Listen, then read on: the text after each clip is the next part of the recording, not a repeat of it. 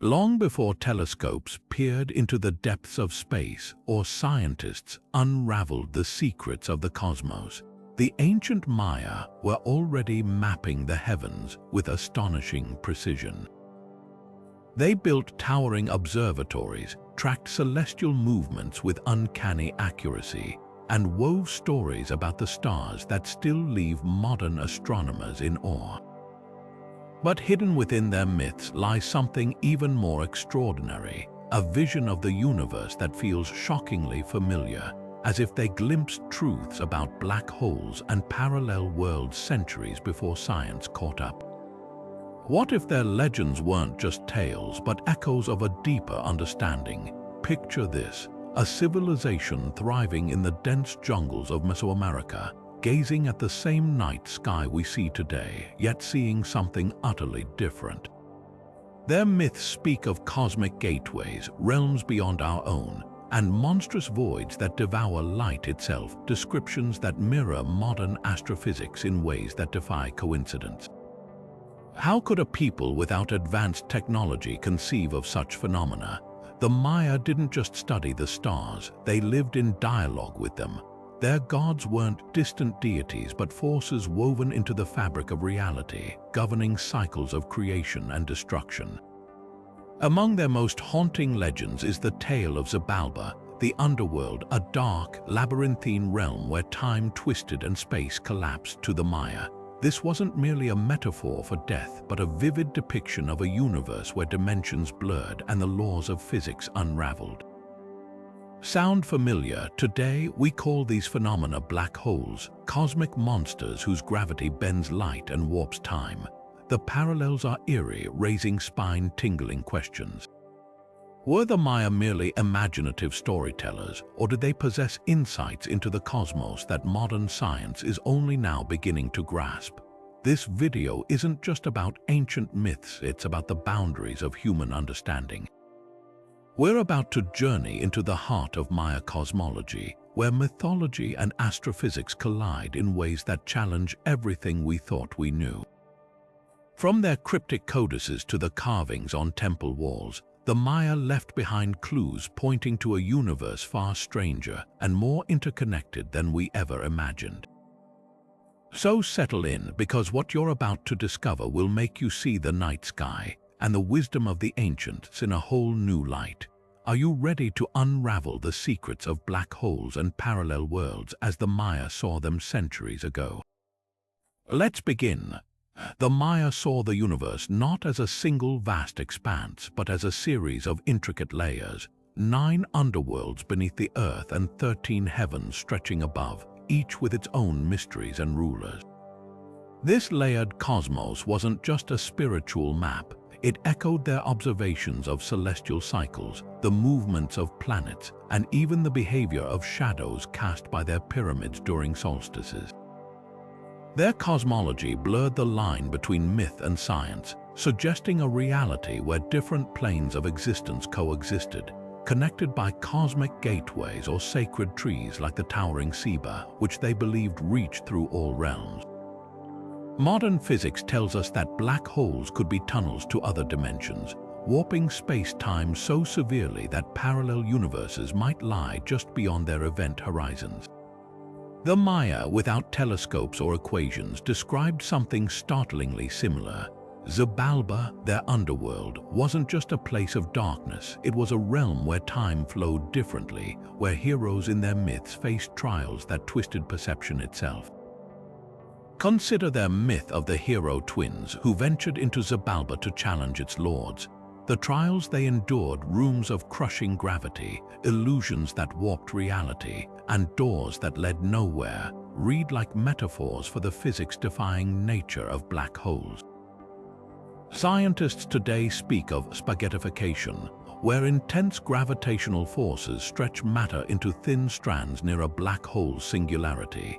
The Maya, in their own symbolic language, depicted similar horrors, deities with elongated bodies or victims stretched between worlds. Even their concept of Olin, the cosmic movement that sustained creation, mirrors the dynamic, ever-shifting fabric of space-time theorized in modern relativity. Perhaps most striking is how the Mayas' layered heavens align with theories of the multiverse. Their 13 heavens weren't stacked neatly like floors in a building, but interconnected with deities and energies flowing between them, much like the brains of string theory, where parallel dimensions vibrate just beyond our perception. In the Dresden Codex, one of their surviving texts, charts of Venus's movements are interwoven with warnings about portals opening between worlds. To the Maya, these weren't abstract ideas. They were living truths written into the stones of their cities and the rituals of their priests. When they aligned their temples to celestial events, they weren't just marking time. They were anchoring their world to the rhythms of a cosmos far more vast and strange than we once believed. The eerie precision of their astronomical calculations, paired with their visionary myths, suggests a culture that didn't just observe the universe but intuited its hidden architecture. Their understanding challenges us to reconsider what ancient knowledge really means. Did they glimpse truths about the universe that science is only now rediscovering? Or were their myths a different kind of science, one that wove observation, intuition, and symbolism into a tapestry as revealing as any equation? Either way, the Maya's cosmos feels less like a relic of the past and more like a mirror held up to our own cutting-edge theories, reflecting back questions we're still struggling to answer. Xibalba wasn't just a dark pit beneath the earth, it was a realm where the rules of reality bent and twisted in ways that feel unnervingly close to modern physics. The Maya described it as a place of endless corridors, deceptive doorways, and trials that altered perception itself. Lords of Xibalba, like one death and seven death, ruled over these distorted spaces where time didn't flow linearly and distance lost all meaning. Today, scientists theorize about wormholes, cosmic shortcuts through space-time, and parallel dimensions where physical laws might operate differently. The similarities are striking. When the hero twins descended into Xibalba, they encountered rooms that shifted unpredictably, much like the warped geometry near a black hole's event horizon, where gravity distorts light and matter. The Maya even depicted Xibalba's entrance as a whirlpool or spiraling void, echoing the accretion disks of modern black hole imagery. What's even more compelling is how Xibalba functioned as a mirror world. In Maya myths, it wasn't just a land of the dead, it was a distorted reflection of the living realm, where actions had consequences that rippled across both worlds. This duality mirrors the holographic principle in theoretical physics, which suggests our three-dimensional universe might be a projection from a two-dimensional boundary, like a shadow cast by a deeper reality. The Maya saw Xibalba as a place where spirits and humans could interact, blurring the lines between dimensions. Modern quantum mechanics raises similar possibilities with the many worlds interpretation, where every decision spawns alternate timelines. Could the Maya have been grappling with these concepts through metaphor? Consider their artistic depictions. Surviving carvings show figures stepping through portals or merging with serpent-like conduits, symbolizing transitions between realms. These aren't just decorative, they're visual equations of cosmic connectivity. The Popol Vuh, the Maya's sacred text, describes Xibalba's lords testing visitors with illusions and paradoxes, akin to the mind-bending challenges of navigating a multiverse. Even their ball game, played in ceremonial courts, symbolized the struggle to maintain cosmic balance between worlds, with the ball representing the sun's journey through the underworld at night. Every ritual, every story wove observation and intuition into a narrative that feels less like superstition and more like a coded understanding of the universe's fabric. Perhaps most haunting is how Xibalba's descriptions align with near-death experiences today: tunnels of light, distorted time, encounters with otherworldly beings. The Maya might not have had particle accelerators, but their shamans, through ritual and trance, could have touched states of consciousness that revealed layers of reality science is only now probing. Their underworld wasn't a static hell, It was a dynamic, interconnected plane, vibrating with energy much like the hidden dimension string theory proposes. When they spoke of the place of fright, they might have been describing the sheer disorientation of crossing into a reality where physics as we know it breaks down, a concept any modern astronaut near a black hole would recognize. This isn't about forcing ancient myths into scientific boxes. It's about recognizing that the Maya, like all great cultures, sought to explain the universe with the tools they had: observation, metaphor, and profound spiritual inquiry. Their vision of Xibalba challenges us to ask, what if mythology isn't just the opposite of science but its precursor, a language for truths we're still learning to measure? As we peer deeper into black holes and grapple with theories of parallel worlds, the echoes of Xibalba grow louder, whispering that the boundaries between dimensions might be thinner and far stranger than we ever dared to dream. The story of Hunahpu and Xbalanque, the hero twins, isn't just a myth, it's a cosmic roadmap. When these legendary brothers descended into Xibalba, they weren't merely facing mythical trials. They were navigating a reality where space and time behaved in ways that defy ordinary logic.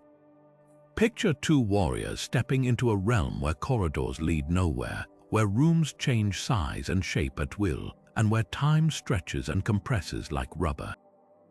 Now compare that to what happens near a black hole's event horizon, where gravity distorts light into infinite loops and seconds for an observer could be years for someone else. The parallels aren't just poetic, they're uncanny. One of their first trials in Xibalba was the House of Darkness, a chamber so devoid of light that even the concept of vision ceased to exist. Modern astrophysics tells us that inside a black hole, beyond the point of no return, light itself is swallowed, leaving absolute darkness, a state so extreme our laws of physics break down. The twins didn't just endure this darkness, they outsmarted it, using ingenuity to survive where ordinary perception failed. Later, they faced the House of Knives, where blades moved of their own accord, slicing through air and flesh unpredictably. This mirrors the chaotic accretion disks around black holes, where matter is torn apart by violent tidal forces, spinning and colliding at unimaginable speeds. The Maya weren't just telling a hero's tale, they were describing the physics of cosmic extremes through metaphor. But the most startling moment comes when the twins are killed only to be reborn, first as fish, then as wandering performers, and finally as celestial bodies.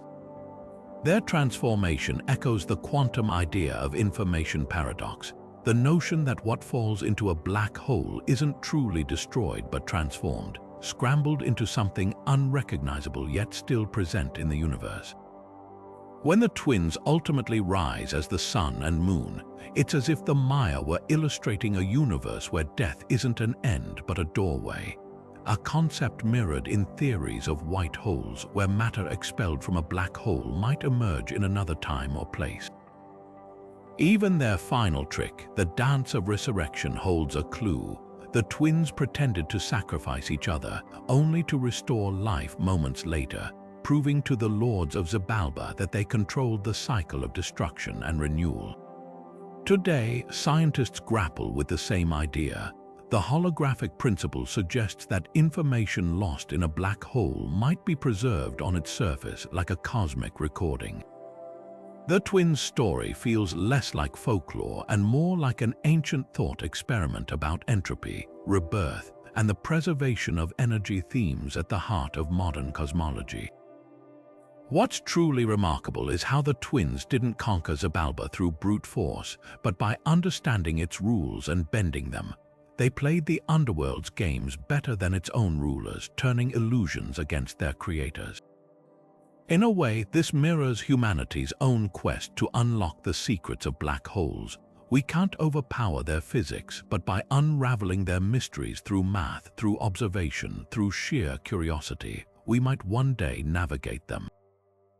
The hero twins' journey isn't just a myth, it's a challenge across time, daring us to look deeper and ask, if an ancient civilization could envision these paradoxes, what else might they have known about the universe that we're still struggling to see? The sacred Ceiba tree wasn't just a plant to the Maya, it was the axis of existence itself, a towering bridge between worlds that pulsed with cosmic energy. Imagine this, roots plunging deep into Xibalba's shadowy depths, a trunk firmly anchored in our human realm, and branches stretching upward into the 13 heavens, brushing against the stars.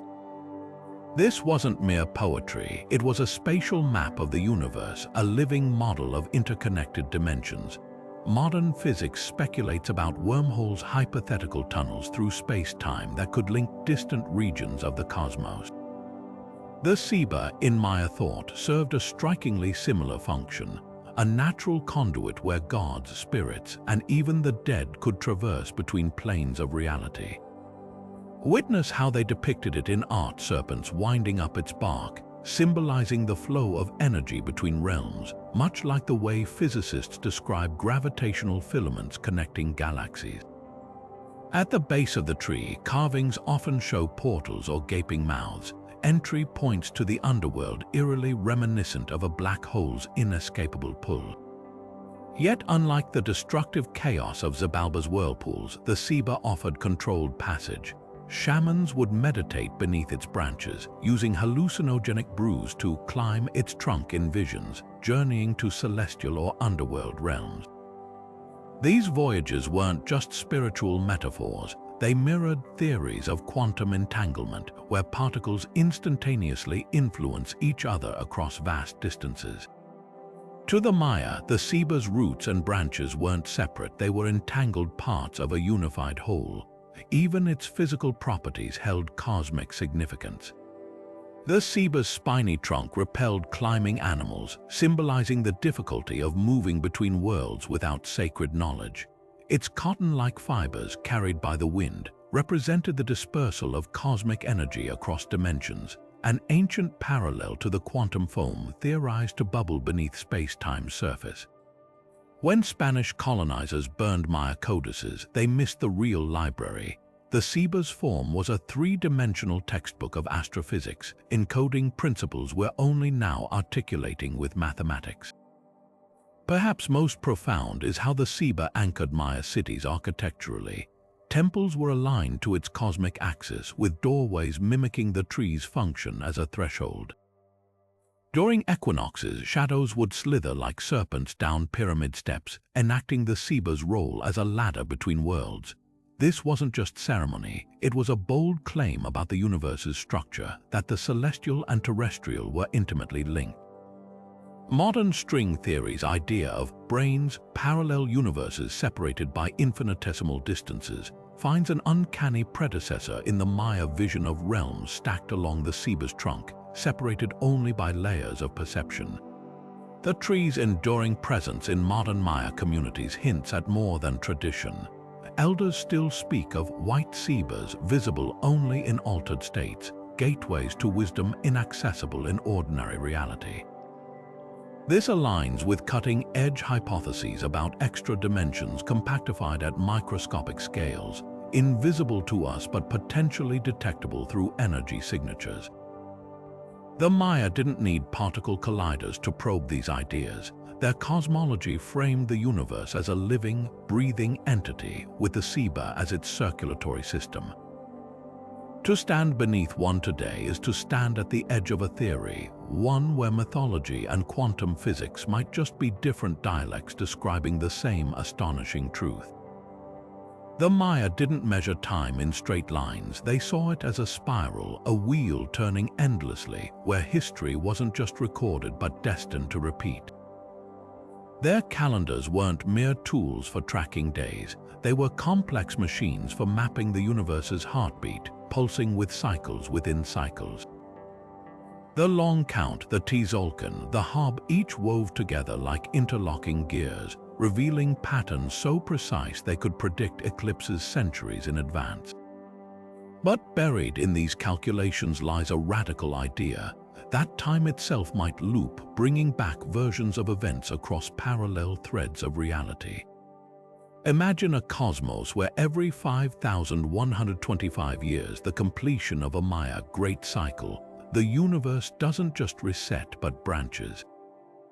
It's a concept that feels less like ancient mysticism and more like a precursor to modern multiverse theories. Take the Tzolk'in, their sacred 260-day calendar. Unlike our linear Gregorian system, this wasn't just a count of days. It was a web of energies where each date carried unique spiritual weight. The same Tzolk'in date recurring every 260 days wasn't a simple repetition.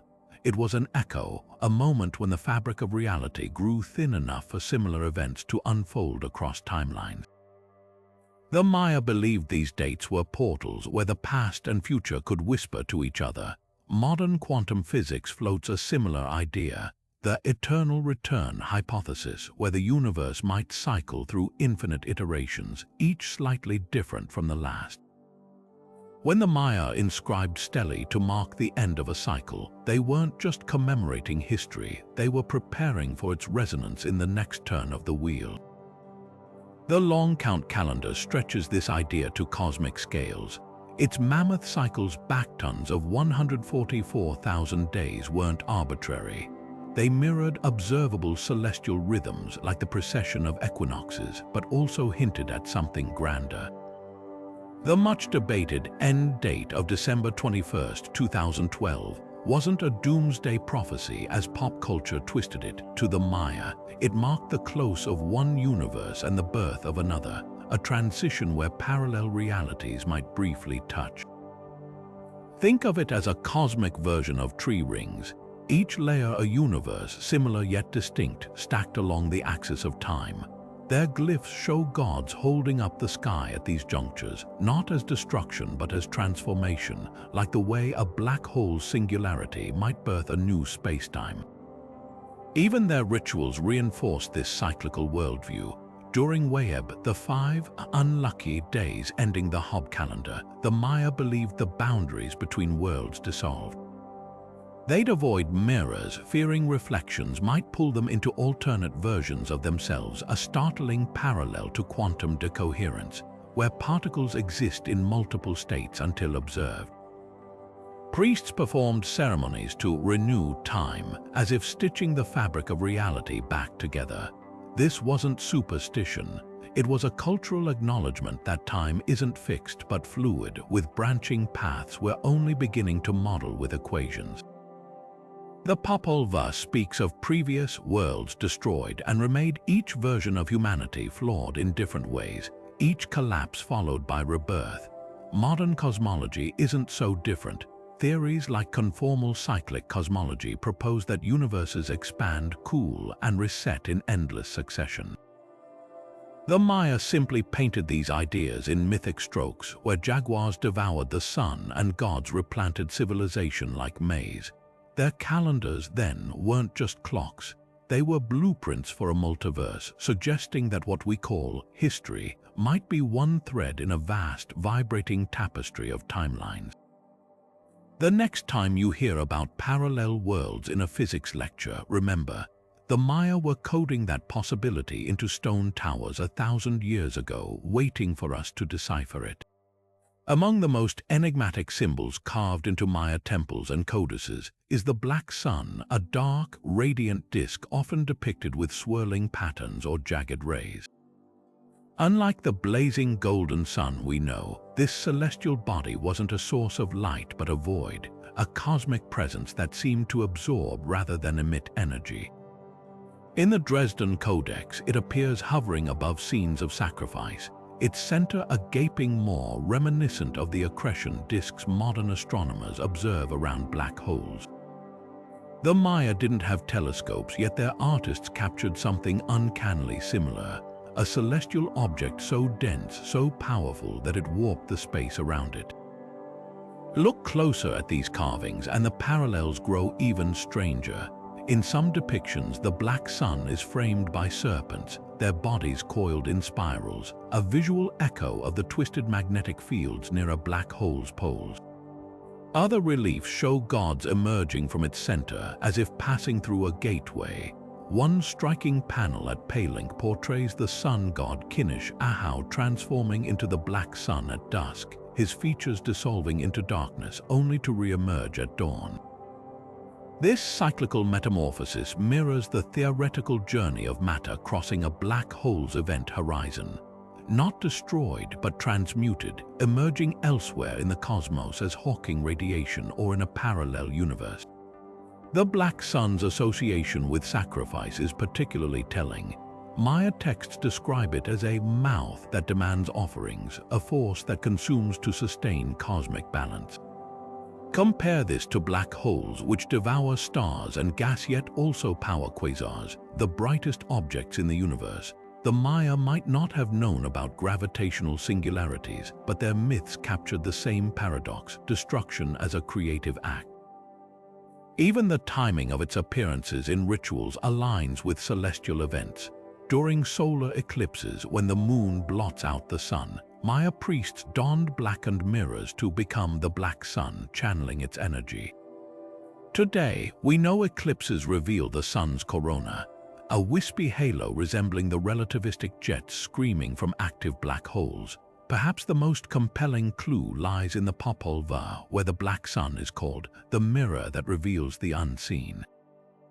Modern physics uses similar language. Black holes are often described as cosmic lenses, bending light to reveal distant galaxies otherwise hidden from view.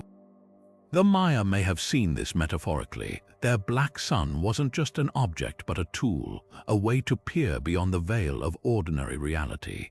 When archaeologists found obsidian mirrors buried with kings, they weren't mere ornaments, they were portals polished to reflect not the viewer's face but the infinite depth of the night sky. What does this mean for our understanding of Maya science? Their black sun wasn't a random artistic motif. It was a sophisticated model of celestial mechanics, wrapped in myth but grounded in observation. They watched the sky with naked eyes sharper than most modern telescopes, noting anomalies like the dark spots where stars seem to vanish, and wove them into a cosmology that feels less like superstition and more like an alternate physics. Their black sun challenges us to reconsider where intuition ends and insight begins. After all, how many other myths might be waiting for science to catch up? The Popol Vuh doesn't begin with light or land, it starts with silence. A vast, empty sea under a starless sky where nothing moves but the breath of the gods. This primordial void, they called it the Black Water, a space so devoid of form that even time couldn't take hold. Yet within that nothingness, something stirred. The plumed serpent Keakulkan coiled in the depths, dreaming worlds into being. What's startling isn't just the poetry of this vision, but its eerie resemblance to modern cosmology's quantum foam, where universes bubble unpredictably from seeming emptiness. The Maya weren't describing a single creation, they were mapping a multiverse, where every cycle of destruction birthed new realities. Listen closely to the Popol Vuh's language. The gods didn't make the world once. They tried, failed, and tried again, crafting and discarding versions of humanity like imperfect drafts. First came the mud people, too soft to hold shape. Then the wooden people, rigid and soulless. Each failure wasn't erased, it lingered in what the text calls the other places, shadow realms where flawed creations still wandered. This isn't just mythic repetition, it's a blueprint for parallel timelines where every experiment in existence leaves its imprint. Modern physicists grapple with the same idea in the many worlds interpretation, where every quantum decision spawns alternate realities. The Maya simply framed it as divine trial and error, with entire universes as the discarded prototypes. One of the most haunting passages describes the breaking of the Great Stone, a cataclysm that shattered the first world into fragments. Survivors fled into cracks between realities, becoming the spirits of mountains and rivers, entities forever caught between dimensions. Compare this to string theories, brain collisions, where colliding membranes in higher dimensional space could scatter matter across universes. The Popol Vuh even names these in-between spaces the places of mist, where boundaries blur and forms shift unpredictably. shamans spoke of entering these zones during vision quests, encountering beings who weren't quite ancestors, not quite gods, but something else echoes from collapsed timelines. Central to all this is the hero twins' final act, their ascent to become the sun and moon. But the text insists they didn't replace the old celestial bodies. They joined a cosmic dance already in motion. Earlier suns still existed, their light now, hidden but pulsing through cracks in the sky. Maya astronomers tracked these layers meticulously. Their codices show stars behaving differently in certain cycles, as if observing light from prior universes bleeding through.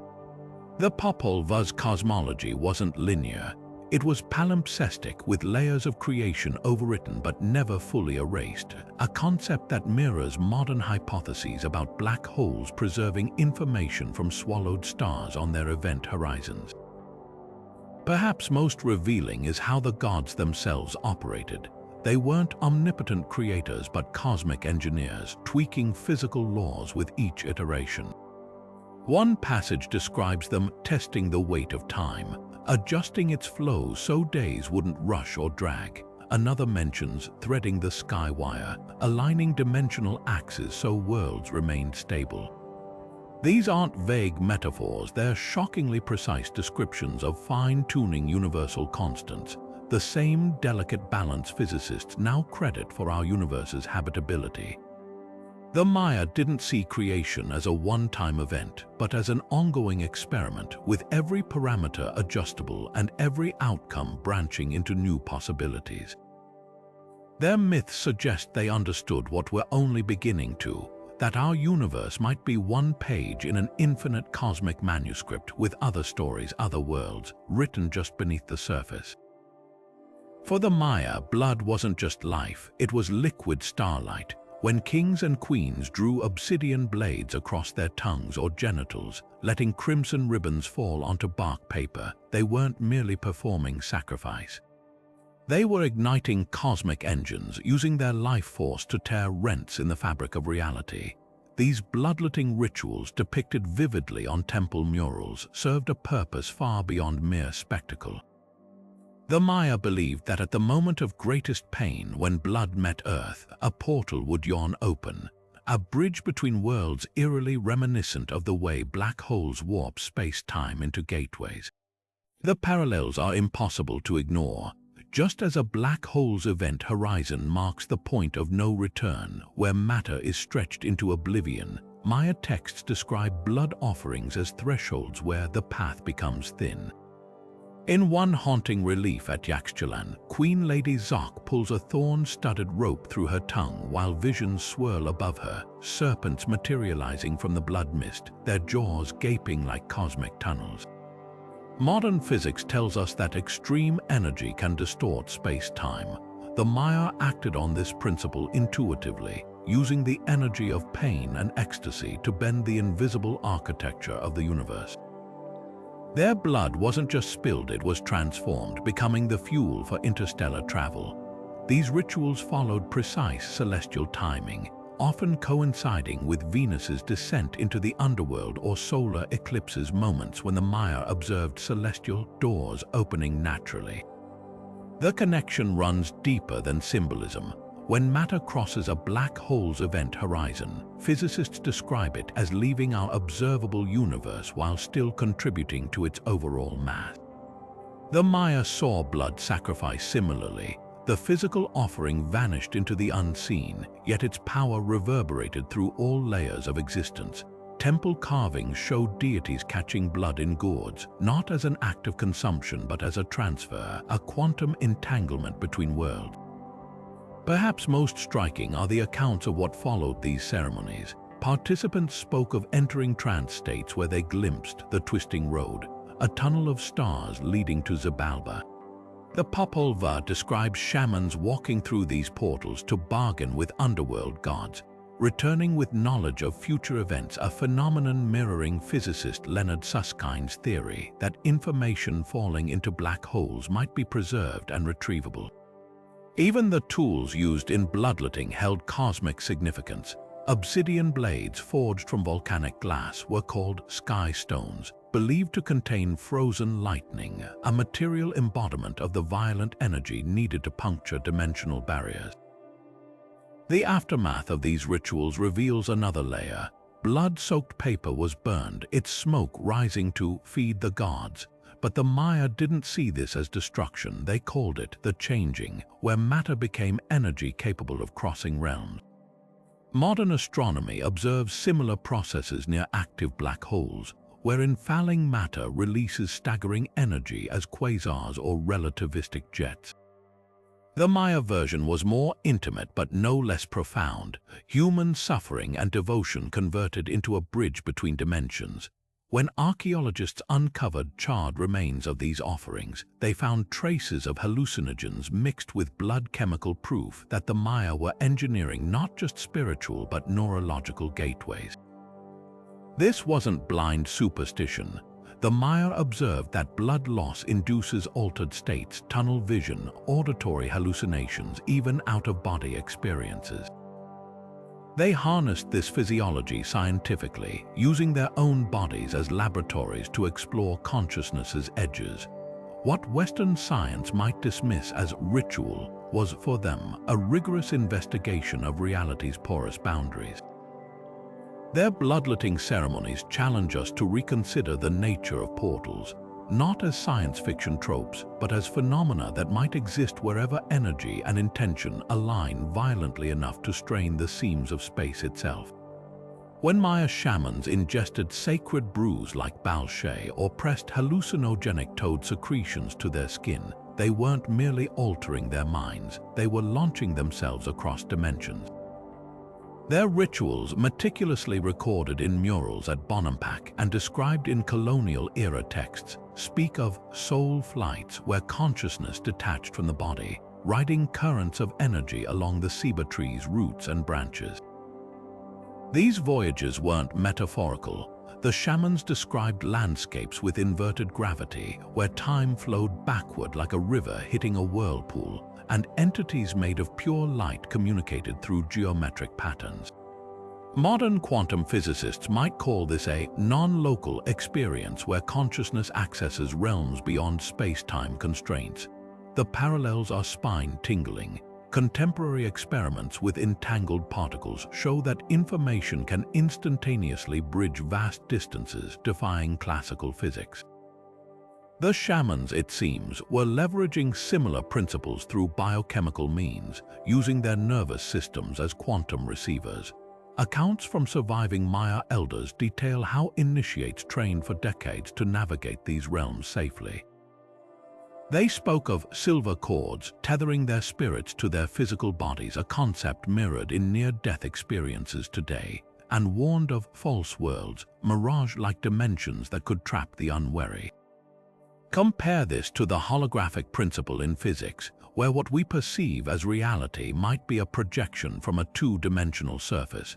The shaman's false worlds eerily resemble theoretical, simulated universes or quantum decoherence, where multiple realities branch but only one is perceived.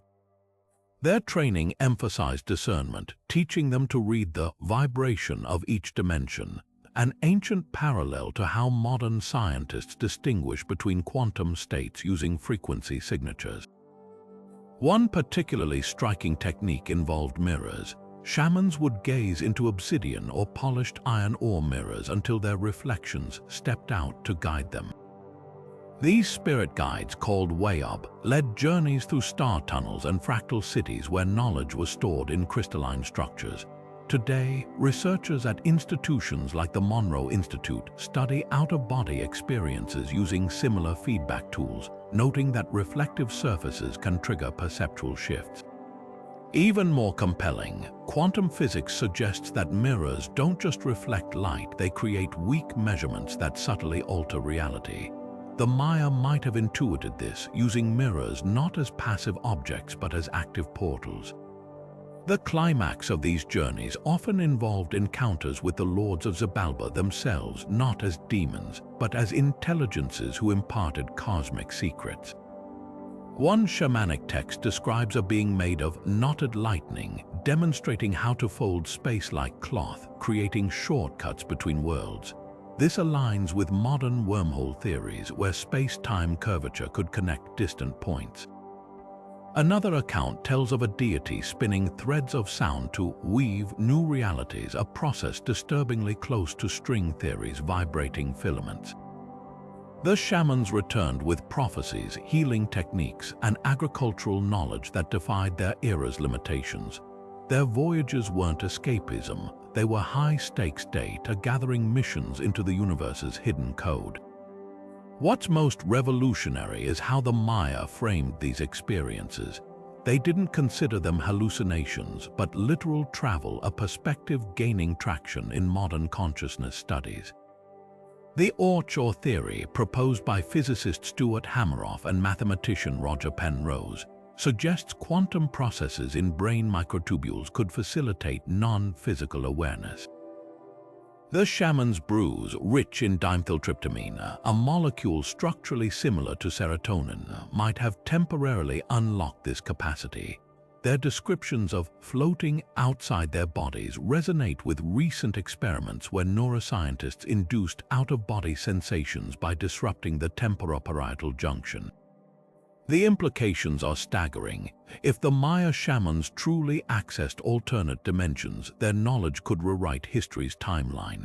Their star maps, allegedly downloaded during these journeys, include celestial bodies like the dark companion to our Sun, a hypothetical object astronomers now call Nemesis. Their calendar cycles sync with galactic alignments we've only recently calculated. Perhaps their greatest lesson isn't about the past, but the future. That human consciousness, properly tuned, might be the ultimate tool for exploring the multiverse. As quantum physicists struggle to reconcile relativity with the subatomic world, the shamans whisper across centuries, their techniques preserved in vine-smoked temples, waiting for science to meet them halfway. The Dresden Codex isn't just a surviving Maya manuscript, it's a cosmic almanac. Its pages pulsing with calculations so precise they still leave astronomers stunned. Among its colorful glyphs and intricate tables lies a particularly mysterious section, pages 46 through 50, where swirling patterns and gaping serpent jaws frame numerical sequences that defy simple explanation. At first glance, these pages track Venus's movements with jaw-dropping accuracy, predicting its cycles centuries into the future. But look closer and something stranger emerges. The so-called serpent numbers don't just chart Venus, they map moments when the planet aligns with dark gaps in the Milky Way, regions we now know harbor supermassive black holes. One sequence stands out, a column of dates alongside a glyph depicting a double-headed serpent devouring its own tail. Maya scholars long interpreted this as a metaphor for cyclical time, but the numbers tell a different story.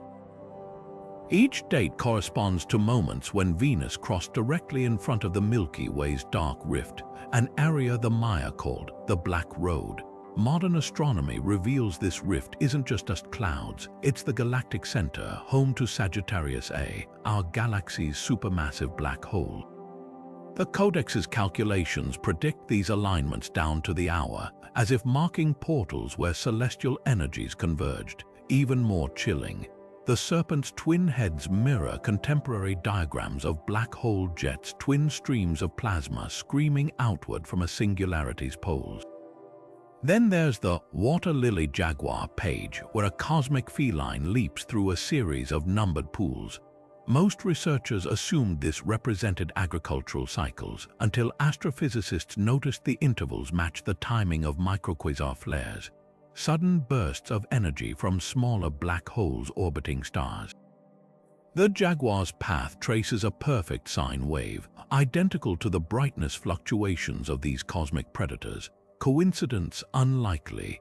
The Maya had no telescopes, yet their observations captured phenomena invisible to the naked eye. Perhaps the most mind-bending section is the cosmic tree diagram, where a column of numbers branches like roots into parallel streams. Each branch represents a different count of days, some longer than a human lifespan. At first, scholars dismissed this as esoteric numerology. Then a physicist recognized the pattern. The numbers align with theoretical models of universe inflation, where alternate realities might sprout from a single quantum seed. The Codex even labels these branches with a glyph meaning the otherwhere, a phrase modern Maya elders still use to describe parallel worlds accessed through ritual. The final clue lies in the Codex's infamous destruction pages, showing a flood of black water swallowing celestial symbols. For years, this was read as a mythological deluge. But the accompanying calculations reveal a chilling precision. They track the precession of the equinoxes converging with galactic alignment, a rare event that some theorists suggest could trigger space-time distortions. Whether the Maya predicted catastrophe or transcendence remains debated, but one thing is clear: their scribes weren't just recording myths, they were documenting a universe far more interconnected and far more mysterious than we ever imagined. Their ink and paper cosmos pulses with the same riddles physicists now grapple with: black holes as gateways, time as a branching river, and the haunting possibility that we're not the only version of reality scribbling its story across the stars. To the Maya, the Milky Way wasn't just a streak of stars. It was a celestial road, a shimmering river dividing the cosmos. But at its heart lay something far more ominous: the dark rift, a gaping absence of light they called Xibalba B, the Black Road. This wasn't merely an interstellar dust cloud blocking starlight. In their cosmology, it was the mouth of the cosmic serpent, a gateway to the underworld where souls journeyed after death and gods crossed between realms. Modern astronomy confirms the dark rift as a dense region of gas and dust obscuring the galactic center, but the Maya saw beyond its physical form. They mapped it as a threshold where time and space bent, aligning their sacred calendars to moments when the sun, moon, or planets crossed this celestial maw, events they believed thinned the veil between worlds. The Popolvuh describes the dark rift as the place where the hero twins entered Xibalba, descending through a star-lined throat into the underworld's labyrinth. Temple art depicts this vividly. At Capon, a stela shows a ruler standing atop a mountain-shaped portal, his body bisected by a black band representing the rift, while serpents coil around him like twisted space-time. Even their ball courts mirrored this concept, the playing alley symbolizing the Milky Way, with markers at each end aligned to the rift's position during solstices. When players hurled the rubber ball through stone rings, they reenacted the sun's journey through the dark rift, a ritual to maintain cosmic balance. What's truly astonishing is their precision. The Maya calculated the rift's shifting position over millennia, noting how precession, the slow wobble of Earth's axis, altered its alignment with earthly landmarks. At Palinque, the Temple of Inscription stairway points directly to where the dark rift intersects the Milky Way during winter solstice, a deliberate architectural nod to this celestial crossroads. Their astronomers tracked Venus's conjunctions with the rift, marking these as moments of heightened portal activity. Modern astrophysics reveals why the galactic center, hidden behind the rift, emits powerful electromagnetic pulses. The Maya, observing subtle changes in animal behavior and weather during these alignments, may have sensed this energy intuitively, interpreting it as the breath of the gods. The dark rift's role in creation myths deepens the mystery. One relief at Quiragar shows the maize god emerging from a cleft in a turtle shell, a symbol scholars now link to the rift, suggesting life itself sprang from this void. Another text describes it as the place of transformation, where beings shed old forms like serpents shedding skin. This mirrors modern theories about the galactic center's gravitational influence, where stars are ripped apart and reborn in violent cycles. The Maya even had a glyph for the rift's opening and closing, depicting it as a serpent's jaws clamping shut or yawning wide, depending on celestial timing. Today, Maya elders still speak of the dark rift with reverence. During ceremonies, they scatter black beans to mimic its starless path, chanting to awaken the road. Some claim to hear whispers from its depths, voices of ancestors or warnings of coming upheavals. Scientists might dismiss this as folklore, but consider this. The galactic center, obscured by the rift, houses Sagittarius A, a supermassive black hole whose gravitational waves ripple across the universe. The Maya couldn't have known its true nature, yet their myths assigned it the same role physics now confirms: a devourer, a creator, and above all, a bridge between realities. Their dark rift wasn't just observed, it was experienced, a living artery in the cosmos's body, pulsing with secrets we're only beginning to measure. The myth of the Maize God's death and resurrection isn't just a story, it's a cosmic blueprint. According to the Popol Vuh, after being defeated by the lords of Xibalba, the Maize God's body was buried in the underworld. But his story didn't end there. From his grave sprouted the first maize plant, its stalks piercing through the soil like tendrils of energy reborn. This cycle of death yielding new life mirrors one of the most mind-bending theories in modern astrophysics, that black holes might not be endpoints, but recyclers, cosmic alchemists transforming matter into something entirely new. Think of it like this: when a dying star collapses into a black hole, it doesn't just vanish. According to theories like Hawking radiation or the holographic principle, the information it carried isn't destroyed, it's scrambled, repurposed, and potentially ejected into another reality. The Maize God's journey follows a strikingly similar arc. His body, broken and buried, became the seeds for a new form of existence. Temple carvings depict this moment with eerie precision. His bones morphing into roots, his flesh into tender shoots, as if his very essence was being rewritten into a different state of being. The parallels grow even deeper when you examine the details. In one vivid scene from the Dresden Codex, the Maize God is shown submerged in black water, his limbs stretched and distorted, an image that could easily double as an artistic rendering of spaghettification, the process where black holes stretch matter into thin strands. Yet from this annihilation comes rebirth. Just as physicists speculate that black holes might birth white holes, theoretical exits where matter is expelled, the Maize God resurfaces not as a corpse but as the sustenance that fuels all life. His story isn't about loss, it's about transformation on a cosmic scale. Even the timing of his resurrection holds significance. The Maya linked the Maize God's return to the solar zenith, when the sun passes directly overhead and shadows momentarily disappear. Astronomers observe something similar near black holes, a phenomenon called gravitational lensing, where light bends so severely that it creates rings of brightness around the void. The zenith moment for the Maya was a fleeting alignment where the ordinary rules dissolved, much like the singularity at a black hole's heart, where physics as we know it ceases to function. What's most profound is how this myth intertwines with their daily lives. The Maize God wasn't just a deity, he was the literal foundation of their survival, embodying the crop that sustained their civilization. Every planting season reenacted his death, every harvest celebrated his rebirth.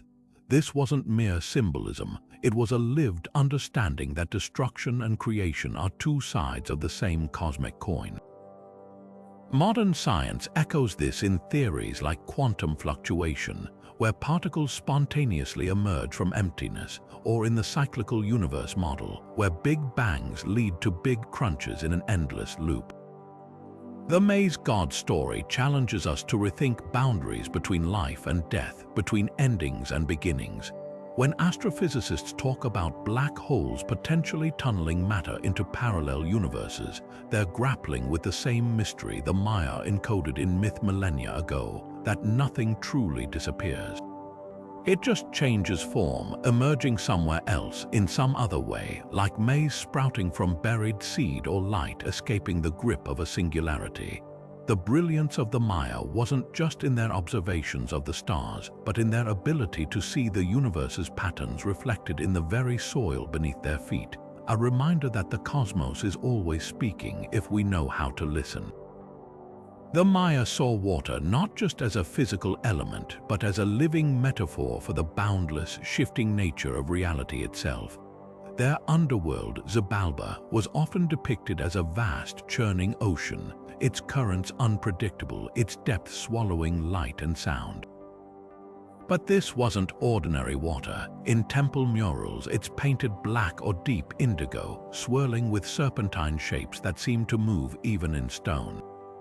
The Popol Vuh describes it as the water that eats time, where drowned souls float without aging, trapped in a realm where the surface always remains just out of reach.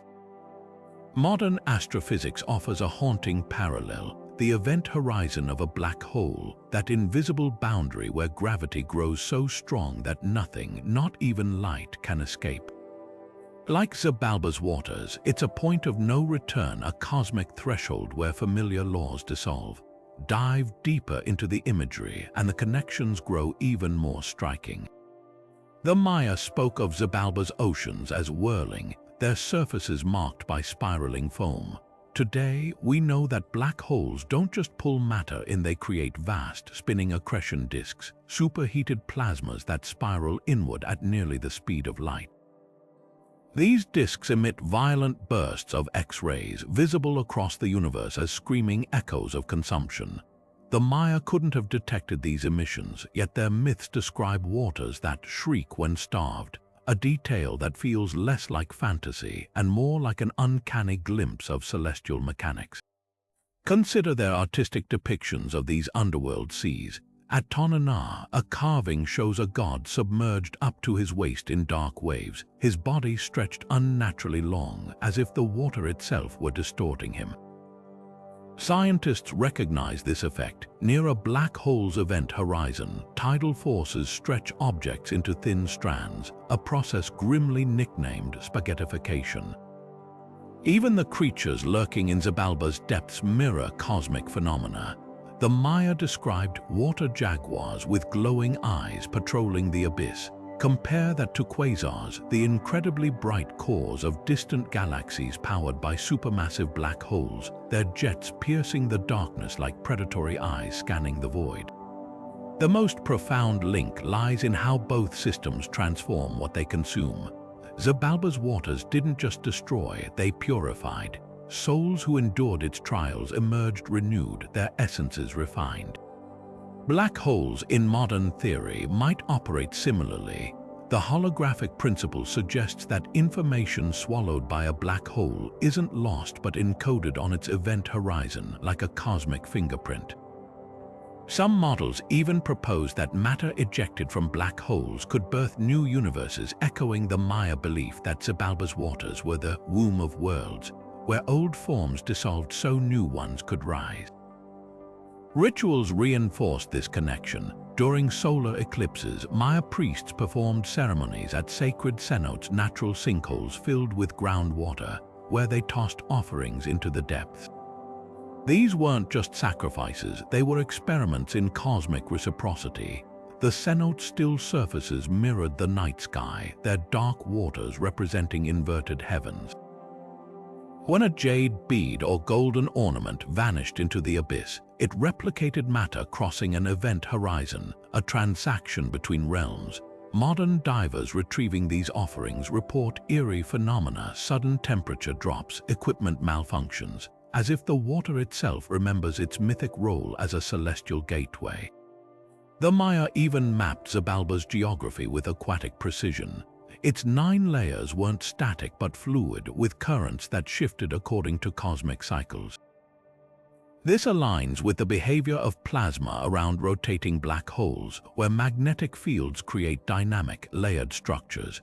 Their myths warn travelers to read the water's song to navigate, just as astrophysicists now listen to black holes through gravitational waves, decoding ripples in spacetime itself. Perhaps the most haunting revelation is how the Maya described Xibalba's final layer, not as fire or ice, but as a vast, still mirror. Here, the water became so dense it reflected nothing, a perfect void. Science tells us that at the heart of a black hole lies the singularity, a point where all directions lead inward and reflection becomes impossible. Two visions of the same abyss, separated by centuries but united by awe. The Maya didn't just predict the future, they foresaw multiple futures, layered like the branches of the Ceiba tree stretching into alternate skies.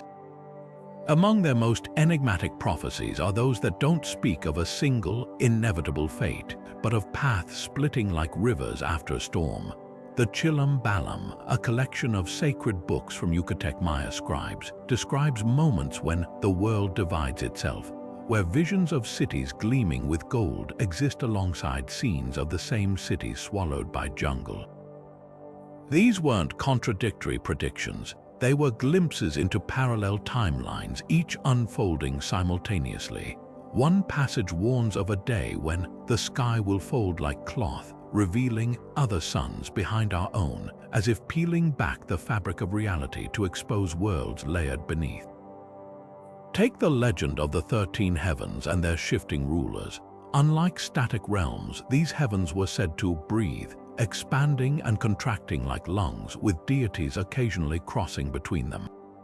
The Dresden Codex includes charts tracking these transitions, marking periods when the boundaries between worlds grew thin enough for knowledge or catastrophe to spill over. One such prophecy describes the day the fire falls upward, where flames from a sacrificial pyre reverse course, vanishing into the sky. Modern physicists might interpret this as a description of matter entering a wormhole, where local laws of gravity and thermodynamics invert. The Maya, however, saw it as proof that their actions in this world could ripple into others. Even their calendar systems encoded this multiplicity. While the long count tracked linear time, the Tzolk'in's recurring cycles suggested time was more like a spiral, where similar energies resurface in patterns that aren't identical but variations on a theme. Elders in highland Guatemala still speak of echo years, periods when events from past cycles replay with slight differences. A flood that spared one village but drowned another, or a king's reign that ends in war in one timeline and peace in another. This mirrors the many worlds interpretation of quantum mechanics, where every decision spawns divergent realities. The Maya didn't just document history, they mapped its branches. Perhaps the most startling evidence lies in their dream prophecies. Shamans trained to navigate trance states described encountering doubles of living people, versions of themselves or others who had made different choices. In one account from the Popol Vuh, a seer meets his own reflection in an obsidian mirror, only for the reflection to speak of battles never fought and children never born. These narratives read like first-hand accounts of interacting with alternate selves, a concept science now explores through thought experiments like quantum immortality. The shamans didn't dismiss these encounters as illusions. They treated them as evidence of a cosmos infinitely richer than the eye could see. The Maya even embedded warnings about meddling with these thresholds. A prophecy from the Book of Chumail cautions against walking where the roads cross, describing travelers who return speaking languages no one understands or bearing wounds from weapons that don't yet exist. This eerily parallels modern theories about closed time-like curves, hypothetical paths through warped space-time that could allow time travel but risk paradoxes. Their glyph for these crossroads shows two serpents swallowing each other's tails, forming a figure 8 infinity symbol. It's a visual metaphor for the Ouroboros of causality, where cause and effect loop between worlds. What does this mean for us today? The Maya didn't see parallel realities as abstract theory but as lived truth. Their rituals, from bloodletting to calendar renewals, were designed to harmonize these layers, ensuring their world's timeline remained favorable. As physicists today build quantum computers that manipulate superposition or probe the holographic nature of reality, we're stumbling toward the same conclusion. The universe isn't a single story, but a library of possibilities. The Maya's prophecies challenge us to ask, if they could sense these threads over 1,000 years ago, what might we discover when we finally learn to read the weave? To the Maya, animals weren't just creatures of flesh and blood. They were living bridges between dimensions, their forms shifting as easily as smoke between realms. The jaguar, sleek and shadow-piercing, moved through the jungle by night just as fluidly as it traversed the underworld by day. Its golden eyes weren't merely adapted to darkness. They were said to perceive the hidden seams of reality, spotting doorways invisible to human sight. Temple carvings showed jaguars with starburst pupils, their bodies half fading into swirling patterns, artistic shorthand for their ability to slip between layers of existence. Modern quantum theory speaks of quantum tunneling, where particles bypass barriers by momentarily existing in alternate states. The Maya saw jaguars doing the same, stepping through solid rock or vanishing mid-stride, not as magic, but as part of their natural function as cosmic wayfinders. Serpents played an even more pivotal role. Unlike ordinary snakes, the celestial serpents of Maya lore, like Keakulkan, the feathered serpent, were depicted with bodies that dissolved into zigzagging energy or split into multiple heads across different planes.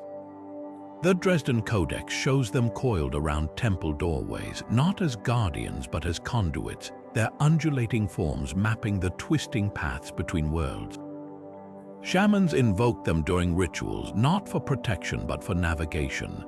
One account describes a priestess inhaling sacred smoke as a serpent's tail wrapped around her wrist, its scales glowing with constellations, a living compass pointing to realms beyond the physical.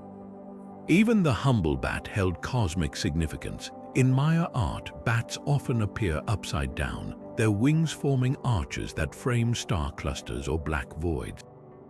The Popolvuh describes them as the whisperers, creatures who could flutter between the ears of gods and mortals, carrying messages across dimensional divides. Modern science reveals that bats navigate using echolocation, building mental maps from reflected sound. The Maya took this further. They believed certain bats could echo across realities, their ultrasonic cries revealing the contours of hidden worlds. Ritual caves like Balankanshe contain bat-shaped altars positioned at acoustic hotspots where a single clap resonates for minutes, a deliberate staging ground for interdimensional communication. The most profound animal guides, however, were the owl and the hummingbird, a paradoxical pair representing the extremes of cosmic travel. Owls, with their silent wings and night vision, symbolized descent into Xibalba's depths. Their feathers adorned shamans' cloaks during underworld journeys, believed to dampen the noise of the physical world, much like the eerie silence at a black hole's event horizon. Hummingbirds, by contrast, embodied a scent. Their wings, beating dozens of times per second, mirrored the rapid vibration of higher dimensional brains in string theory. Murals at Tikal show them sipping from flowers that double as star maps, their rapid movements tracing the path of Venus, a visual metaphor for hopping between timelines. What makes these animal guides truly remarkable is how they operated in tandem. The Maya didn't see them as separate entities but as interdependent forces like the push and pull of gravity. A jaguar might escort a soul down through the 9 layers of Xibalba, while a hummingbird awaited at the lowest level, ready to carry it upward through the 13 heavens. This mirrored their understanding of black holes and white holes, 2 sides of the same cosmic mechanism. Even today, modern Maya hunters speak of encountering spirit doubles of animals, a jaguar with no shadow or a snake whose scales reflect unfamiliar stars. These beings, they insist, aren't ghosts but guides, momentarily visible when dimensions brush against each other like wind through grass. The brilliance of the Maya worldview lies in its refusal to separate the natural from the supernatural. To them, a jaguar's stealth or a serpent's molting weren't just biological traits. They were evidence of a universe teeming with layers, where every creature played a role in maintaining the balance between worlds. As physicists today grapple with theories of dark matter and hidden dimensions, the Maya whisper across centuries with a simpler truth. The gateways were here all along, woven into the fabric of life itself, waiting for us to remember how to see. When the sun vanished without warning, swallowed whole by an unseen force, the Maya didn't panic. They prepared. To them, a solar eclipse wasn't just an astronomical event. It was the universe holding its breath, a fleeting crack between realms where gods and mortals could slip through. Their codices describe these moments with terrifying precision. The sun dies in the sky, glyphs declare, and the black sun rises in its place. Artwork from the Dresden Codex shows serpents uncoiling across the eclipsed sun's edges, their gaping mouths framing the darkness like gateways. Modern astronomy confirms the eerie accuracy of these depictions. The sun's corona, visible only during totality, does resemble lashing tendrils or radiant serpents writhing around a void. But for the Maya, this wasn't mere spectacle, it was an invitation. Rituals during eclipses followed a strict protocol. Priests donned blackened obsidian mirrors, their surfaces polished to reflect not the vanished sun, but what lay behind it. These mirrors, archaeologists discovered, were calibrated to specific angles, tilted just enough to catch the corona's glow while distorting peripheral vision, inducing a tunnel effect that mimicked the star road to Xibalba. Participants drank potions mixed with psychoactive morning glory seeds, not to hallucinate but to thin the veil, as one colonial-era text explains. The goal, to step through the eclipse's temporary rift and retrieve knowledge from the other side. At Capon, a stela depicts a ruler mid-transformation during an eclipse, his body half consumed by swirling patterns, one hand clutching a celestial serpent like a guide rope. Inscriptions boast he returned with prophecies of droughts and invasions, warnings that proved accurate decades later. The Maya even engineered their cities to harness these moments. At Uxmal, the governor's palace aligns so precisely that during a total eclipse, the building's shadow points like an arrow to a hidden cenote, a natural sinkhole considered a physical entrance to the underworld. Ball courts, often oriented to celestial events, became staging grounds for eclipse rituals. Murals at Chichen Itza show players hurling themselves toward a blackened solar disk, reenacting the hero twins' plunge into Xibalba. The rubber ball, symbolizing the sun, was sometimes coated in reflective iron or dust, creating a shimmering trajectory that traced the eclipse's path. These weren't games, they were high-stakes rebalancings of cosmic energy, ensuring the sun would reignite. Eclipse prophecies in the Xibalba manuscripts reveal an even deeper layer. They speak of double eclipses, where the moon's shadow lingers too long, allowing those who walk behind the world to cross over. One passage warns of echo people emerging during these extended blackouts, beings who mirror the living but move slightly out of sync, their shadows falling where no light source exists. Modern physics offers a chilling parallel. Quantum theory allows for virtual particles blinking in and out of existence, and some models suggest black holes could spawn temporary wormholes under extreme gravitational strain. The Maya, observing how eclipses distorted animal behavior and weather patterns, may have sensed these invisible thresholds. What's most striking is how they documented the aftermath. Post-eclipse glyphs frequently depict the sun regenerating with new features: a jagged crest, serpentine limbs, or sometimes an extra eye. These weren't artistic flourishes. The Maya believed each eclipse fundamentally altered the sun's nature, infusing it with energy from whatever crossed through the portal. Contemporary solar science inadvertently supports this. Eclipses trigger sudden drops in ionospheric pressure, creating ripples in Earth's magnetic field that can affect radio waves and animal migration, proof that these events do, in fact, reshape our world's invisible architecture. The legacy of these beliefs endures. In remote Maya communities today, elders still observe eclipses with a mix of reverence and caution.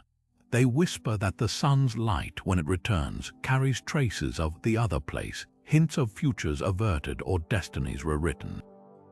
As astrophysicists now study eclipses for insights into relativity and cosmic magnetism, the Maya perspective lingers like a half-remembered dream, that the universe isn't just something we observe, but something we step into if only we know when and how to cross.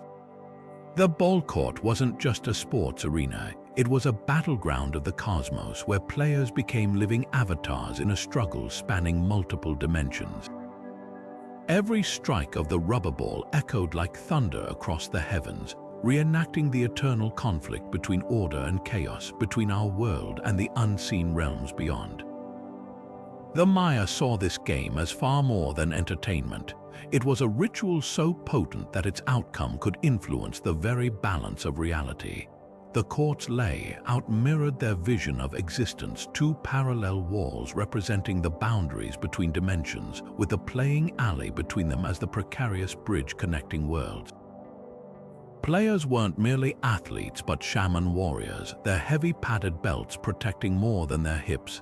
Glyphs at Chichen Itzar revealed these belts were called star girdles, imbued with celestial energy to shield against forces leaking through from Xibalba during play. The ball itself, crafted from sacred rubber harvested under full moons, represented the sun's journey, its bounce between players mimicking the sun's perilous passage through the underworld each night. But here's where it gets astonishing. The ball's unpredictable trajectory mirrored quantum uncertainty, its path impossible to fully predict, just as particles behave differently when observed. The Maya understood this intuitively. The game wasn't about control, but about navigating the chaos between worlds. The stone rings mounted high on the court walls weren't just scoring targets, they were stylized serpent mouths, portals swallowing the ball just as black holes devour matter. Scoring was rare, so spiritually significant that carvings show victorious players transforming into gods upon achieving it, their bodies morphing into celestial beings. This instant apotheosis paralleled matter escaping a black hole's pull, transformed into pure energy.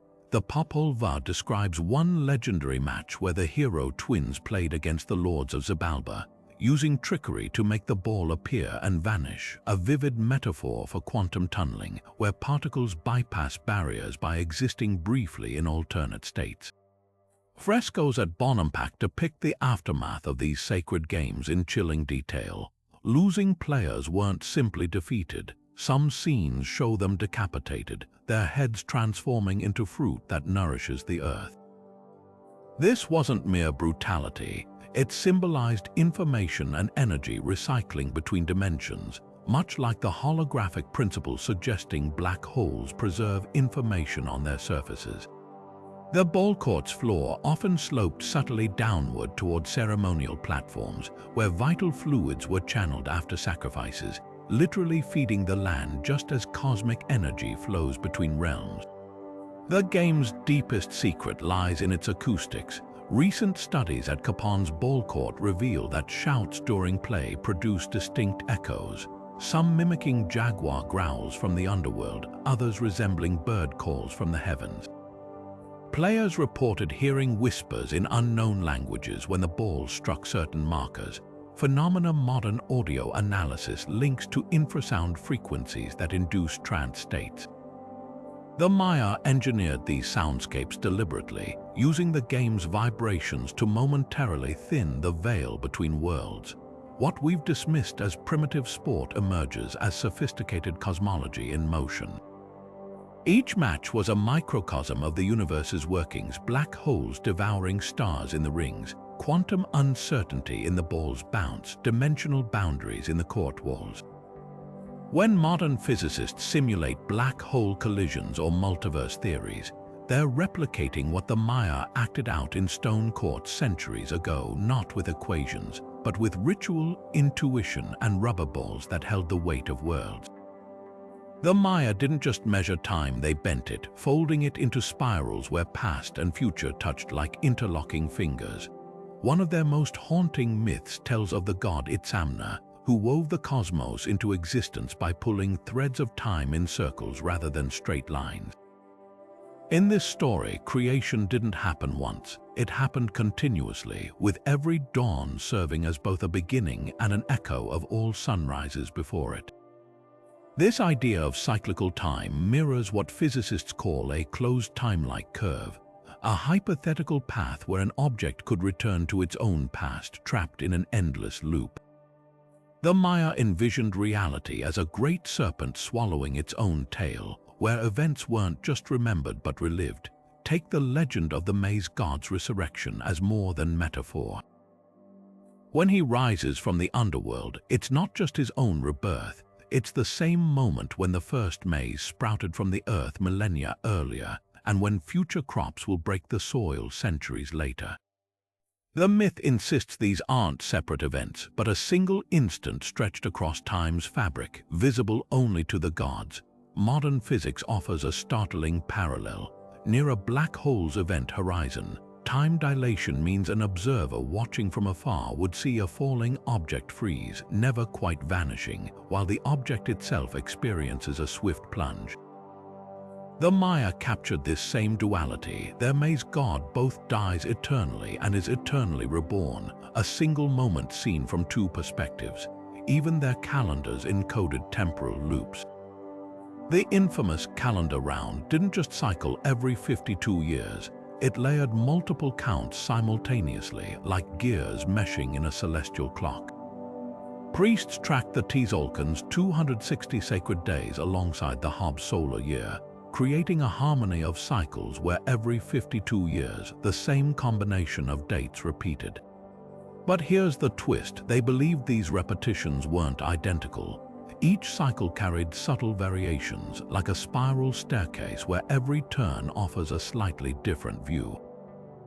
This mirrors the eternal return theory in cosmology, where the universe might rebirth itself in similar but not exact forms across infinite iterations. The most chilling example comes from the Dresden Codex's eclipse tables. These weren't just predictive, they were recursive. By calculating eclipse patterns over thousands of years, the Maya found moments when celestial alignments mirrored earlier ones so precisely that they called them time knots, junctures where past and present events could tangle. One glyph shows a black sun with two dates inside it, one in the distant past, one in the future, connected by a serpentine thread. Astronomers now recognize this as a real phenomenon. Certain eclipse sequences repeat every 54 years due to the moon's orbital harmonics, creating natural time loops in the sky. The Maya didn't just note these cycles, they ritualized them, performing the same ceremonies at each recurrence to tie the timelines together. Perhaps the most profound temporal loop appears in the Popol Vuh account of the first sunrise.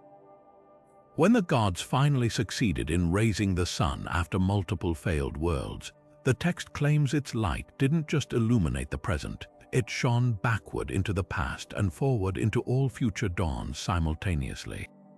This isn't poetic license, it's a startlingly accurate description of what physicists call a block universe, where past, present, and future exist concurrently, and the flow of time is an illusion.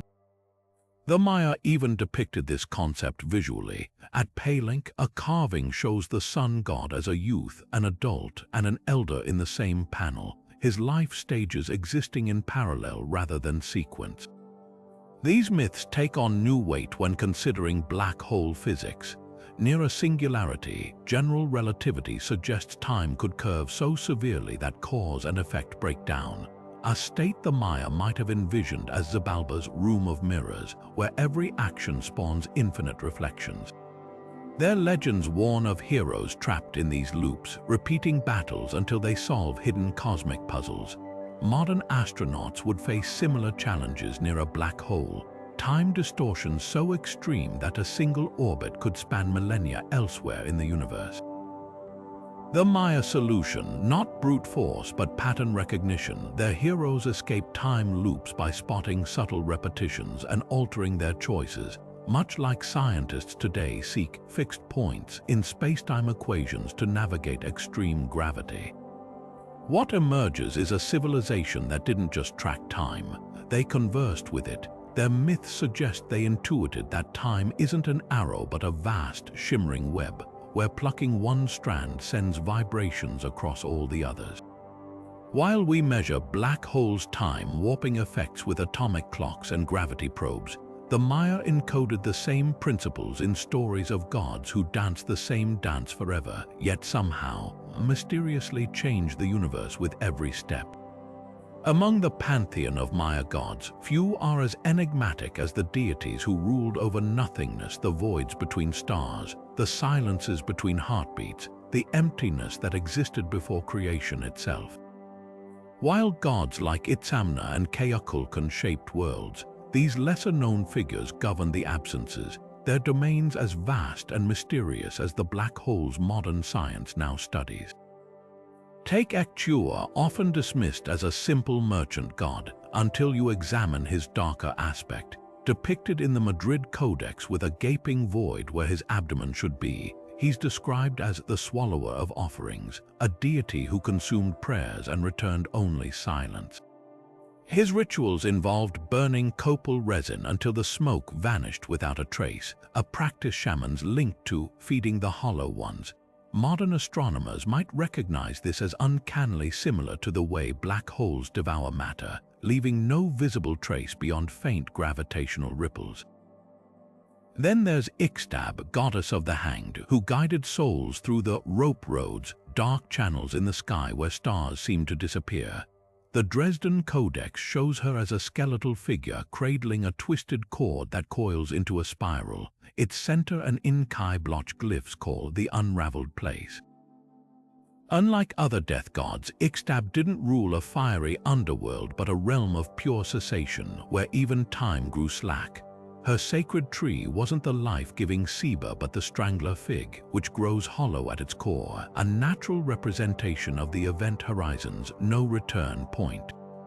When suicide victims were buried with hemp ropes dyed indigo, it wasn't just symbolic, it mirrored the jet-black accretion disk swirling around cosmic voids. Most haunting is Cabrakan, the earth shaker, often portrayed mid-collapse, his body crumbling into fragments that float upward. Myths describe him as a giant who ate mountains but starved always, his hunger so vast it created sinkholes that never filled. The Popolva recounts how the hero twins defeated him not with force, but by feeding him a poisoned bird that made his insides turn outward. In one stunning relief at Quiragar, Cabrakan is shown vomiting stardust, his mouth stretched wide enough to frame a constellation. This grotesque imagery finds an unexpected parallel in Quasar's supermassive black holes that eject towering jets of matter after consuming too much. The Maya saw his cyclical feasting and purging as a celestial process centuries before science identified the same pattern in active galactic nuclei. Even children's tales held cosmic secrets. The Black Howler monkey, a minor trickster god, was said to steal voices and stash them in ceramic jars that echoed for eternity. Parents warned that misbehaving kids would be carried off to his realm of sound-eating caves. Modern acoustic physics reveals that certain cave formations do create near-perfect sound traps, echoes that reverberate for minutes, simulating infinite depth. The Maya took this further. Murals at Naj Tunis show the monkey god perched atop a jar whose opening swirls like a vortex, glyphs proclaiming it the first silence. In a universe where black holes emit subsonic waves too deep for human ears, this playful myth feels like another intuitive leap toward understanding cosmic voids. These deities weren't feared, they were respected as essential counterbalances. Just as black holes sculpt galaxies by their absence, the Maya's void gods shaped existence by what they withheld. Their rituals involved not sacrifice but surrender, dropping unlit torches into cenotes, spinning empty pottery wheels, or burning mirrors polished to blankness. These acts acknowledged a truth science now confirms: that darkness isn't passive. It moves, consumes, and in its own way creates. The Maya didn't need telescopes to know that some of the universe's most powerful forces were the face of nothing at all. Modern astrophysics and ancient Maya cosmology might seem worlds apart, but their visions of black holes and parallel dimensions converge in ways that defy coincidence. Take the concept of the singularity, the infinitely dense point at a black hole's heart where space-time curvature becomes infinite. The Maya depicted a strikingly similar idea in their Heart of Sky glyph, a swirling vortex surrounded by stepped motifs representing layers of reality collapsing inward. Where physicists see equations predicting infinite density, the Maya saw the throne of Hun-Hunappu, the decapitated maize god whose severed head hung in the underworld as both seed and singularity, birthing new life from apparent destruction. String theory's proposal of extra dimensions finds eerie precedent in Maya cosmology.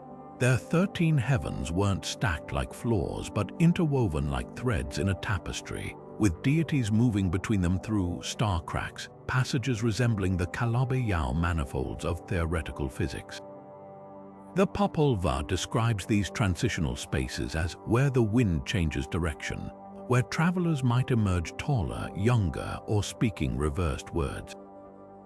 Compare this to brain cosmology's suggestion that adjacent universes could have different physical constants, where matter might behave in literally unimaginable ways just a membrane's thickness away. The holographic principle, the idea that our three-dimensional reality might be projected from information encoded on a two-dimensional surface, mirrors Maya ritual practice. When priests painted temple murals with sacred pigments mixed with hallucinogens, they believed the images became portals where flat surfaces held entire worlds. The Dresden Codex shows gods stepping out of these murals during solstice alignments, their limbs gaining dimension as they cross the threshold, much like how holograms gain depth when viewed from different angles. Even quantum entanglement has mythological counterparts. The Maya spoke of Kayaksan, living cords connecting twins across worlds, whether human siblings or celestial bodies like Venus and the morning star. When one twin suffered, the other would inexplicably show wounds, a phenomenon modern quantum physicists might describe as non-local correlation. Their ballgame reenactments featured players bound together by ritual sashes, moving in perfect opposition like entangled particles responding instantaneously across distance. Perhaps most astonishing is how Maya creation myths anticipate cosmic inflation theory. The breath of Itzamna that set the world in motion wasn't a one-time event. Their texts describe it as continuing impulses, each breath stretching the universe like a rubber sheet. Modern telescopes observe this same process in the afterglow of the Big Bang, where quantum fluctuations were stretched to cosmic scales. The Maya even depicted this with water lily serpents, their undulating bodies marked with dots representing energy variations eerily similar to those in cosmic microwave background maps. The convergence goes beyond metaphor. At Paylink, astronomers calculated Venus's orbit with an error margin smaller than modern telescopes achieved until the 1970s. Their observatory at Chichen Itza tracks not just planetary movements but gravitational anomalies. Certain star positions noted in codices correspond to regions we now know harbor black holes. When Maya mathematicians worked with the concept of zero, they didn't just invent a placeholder, they encoded it as a shell glyph, representing both emptiness and the potential for infinite counting, much like how singularities represent both the end of physics and the birth of new universal laws.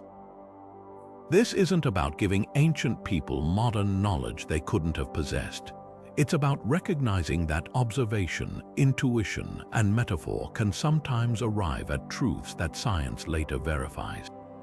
The Maya watched the same stars we do, but where we see celestial mechanics, they saw cosmic stories, different languages describing the same profound mysteries. As we push the boundaries of astrophysics today, their myths whisper that reality might be stranger, more interconnected, and more alive than our equations have yet captured. Deep in the ruins of Kapon, a stone altar tells a story no modern telescope could capture. Carved into its surface is a spiral so precise it seems to pull the eye inward, a vortex of entwined serpents swallowing their own tails, surrounding what glyphs call the devouring place.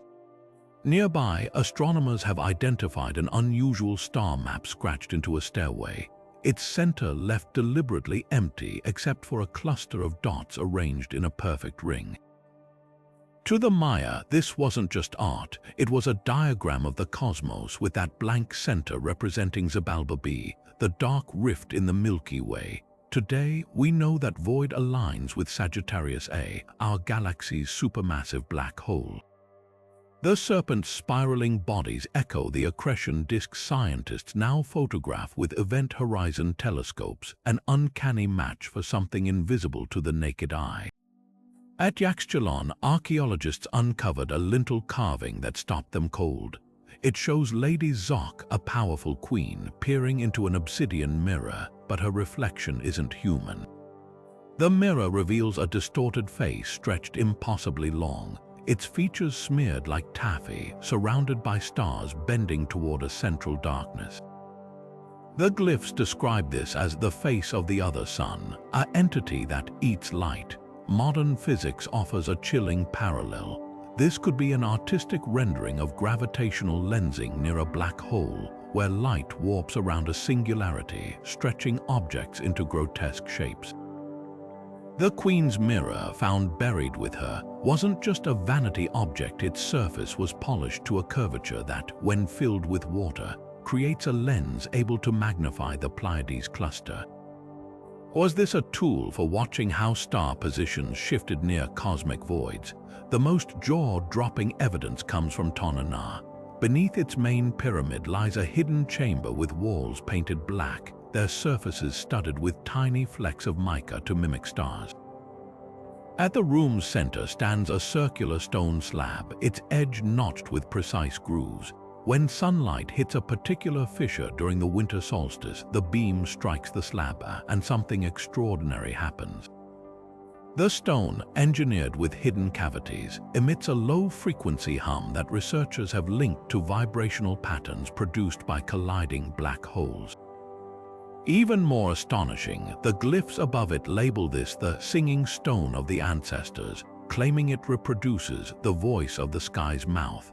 At El Mirador, recently uncovered friezes depict celestial bodies connected by wavy lines, not straight, as you'd expect with shooting stars or comets, but curved, as if bending around unseen masses. One panel shows a god plunging into a circular void, his body fracturing into 9 distinct figures mid-fall.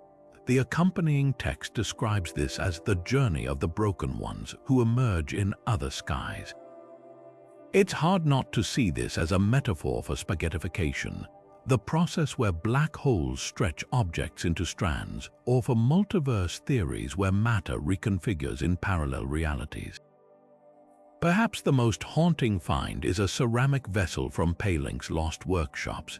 Painted inside its rim is a scene of the cosmos, with a black circle at the bottom so light-absorbent that even modern pigments can't replicate its depth. When filled with liquid, the vessel creates an optical illusion. The black spot appears to swallow reflections of stars painted above it, mimicking matter vanishing into an event horizon. The potter signed their work with a title meaning Keeper of the Empty Cup, suggesting this was no mere drinking vessel but a ritual device for demonstrating cosmic truths. These artifacts don't just hint at advanced astronomy. They reveal a civilization that perceived the universe's darkest secrets through symbolism and stone. Where we rely on radio telescopes and supercomputers, the Maya used water, shadow, and the human body itself as instruments to model realities beyond ordinary sight. Their carvings and structures weren't attempts to explain the cosmos, they were invitations to experience it, to stand at the edge of the unknowable and feel the gravity of their vision pull you in.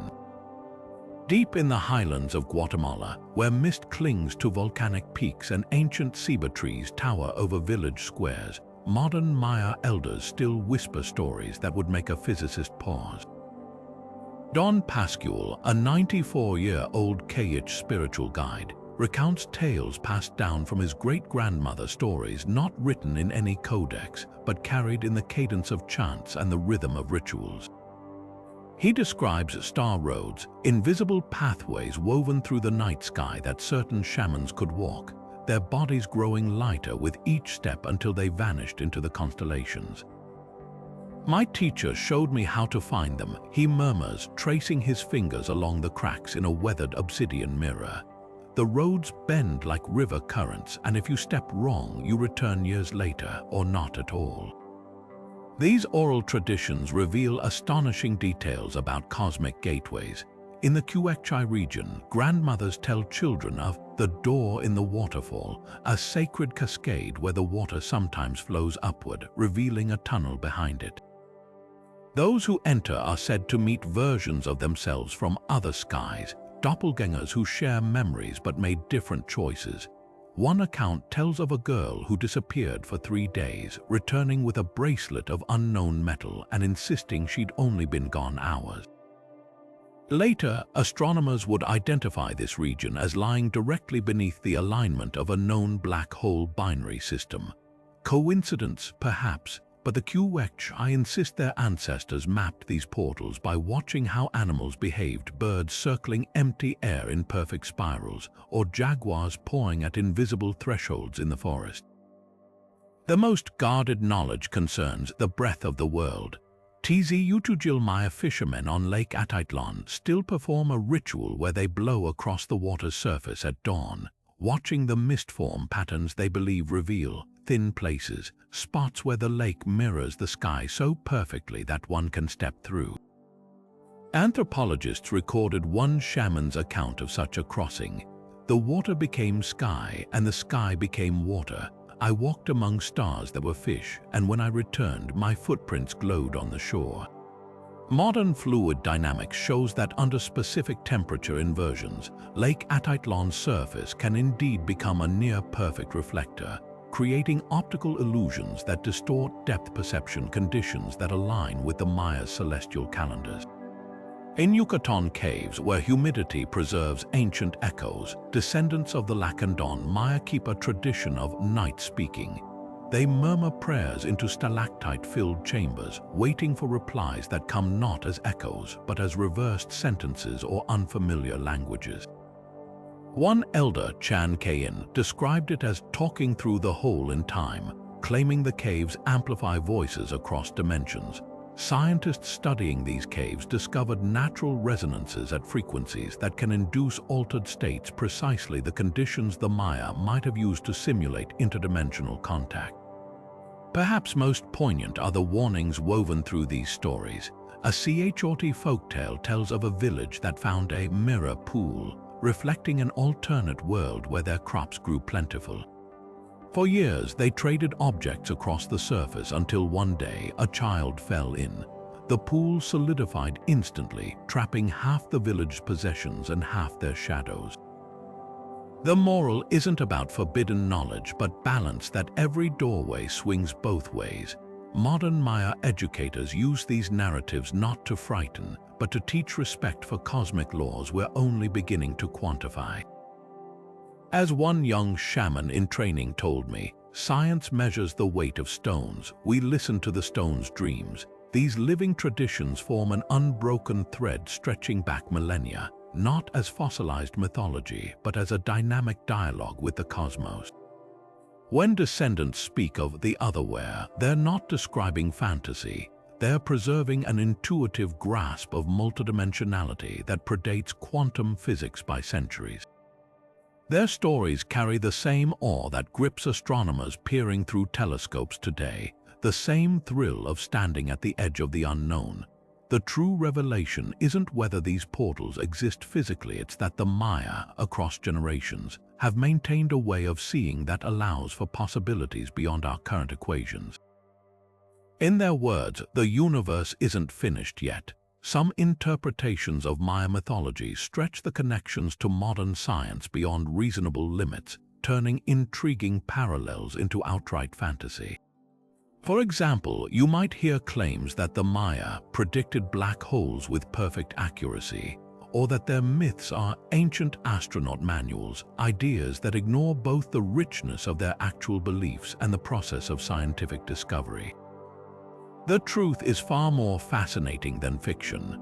While the Maya did describe cosmic voids and layered realities, they weren't working with the same definitions or tools as modern physicists. Their understanding was rooted in observation, ritual, and metaphor, not telescopes or quantum equations. Their brilliance lies in how they encoded cosmic patterns into stories and architecture, not in possessing secret knowledge of singularities. Take the infamous 2012 prophecy, often twisted into doomsday predictions. The Maya never claimed the world would end. Their calendars simply marked the completion of a great cycle, much like a car's odometer rolling over.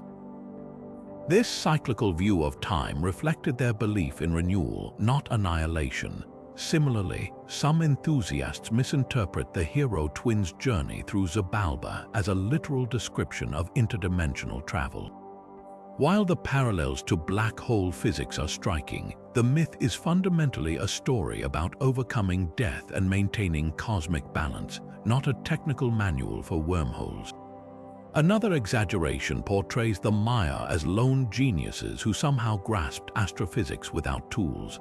In reality, their knowledge emerged from meticulous observation over centuries, refined by priest astronomers who tracked celestial movements with sticks and shadow markers.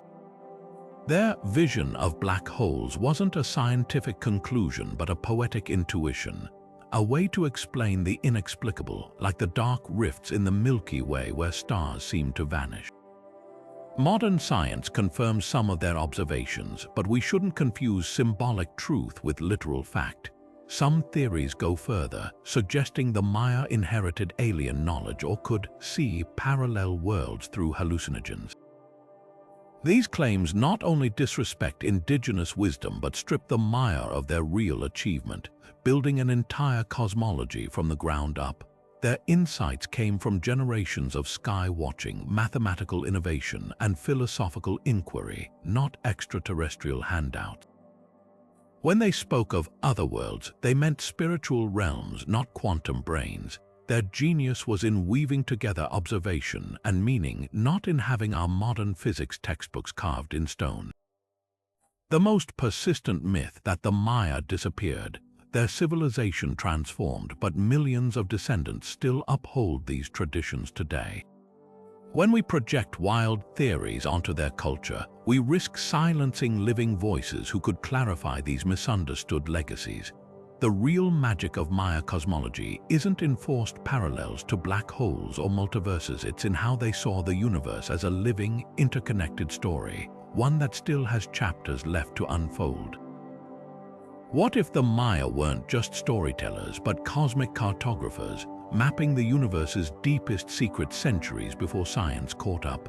The parallels we've uncovered today aren't mere coincidences. They're echoes across time, a dialogue between ancient intuition and modern discovery. Think about it, their underworld Xibalba, with its twisted corridors and warped time, mirrors the physics of black holes so precisely it's chilling. Their layered heavens, interconnected like cosmic spiderwebs, anticipate theories of parallel dimensions. Even their Ceiba tree, rooted in the underworld and branching through the stars, feels like a living model of wormholes threading through space-time. This isn't about rewriting history with modern hindsight. It's about recognizing that human curiosity has always reached for the same profound truths, whether through myth or mathematics. The Maya watched the same night sky we do, but where we see equations, they saw stories. Their gods weren't just deities, they were forces of nature, personifications of cosmic principles we now quantify with telescopes and particle colliders. The hero twins' journey through Xibalba wasn't fantasy. It was a thought experiment about surviving extreme gravity and information paradoxes. Their ball game wasn't sport, it was a ritual reenactment of celestial mechanics. And here's the most humbling part, we're still catching up to their vision.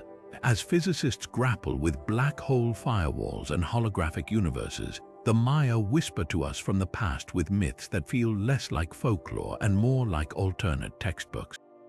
Their black sun wasn't superstition, it was an observation of cosmic voids painted in the language they had.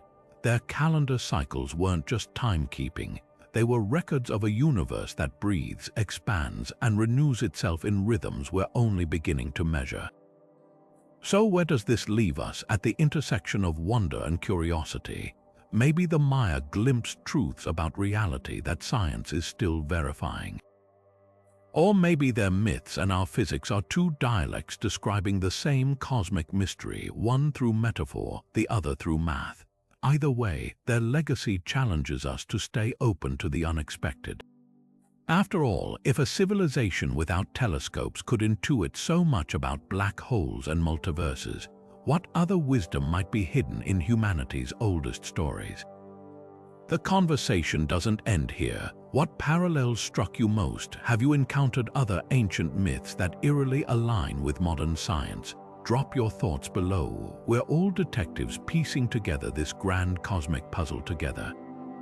And if you're hungry for more deep dives into where history and mystery collide, hit that subscribe button. Who knows, the next video might just reveal another piece of the universe's hidden blueprint waiting to be uncovered. Until then, keep looking up and remember, sometimes the oldest stories hold the newest revelation.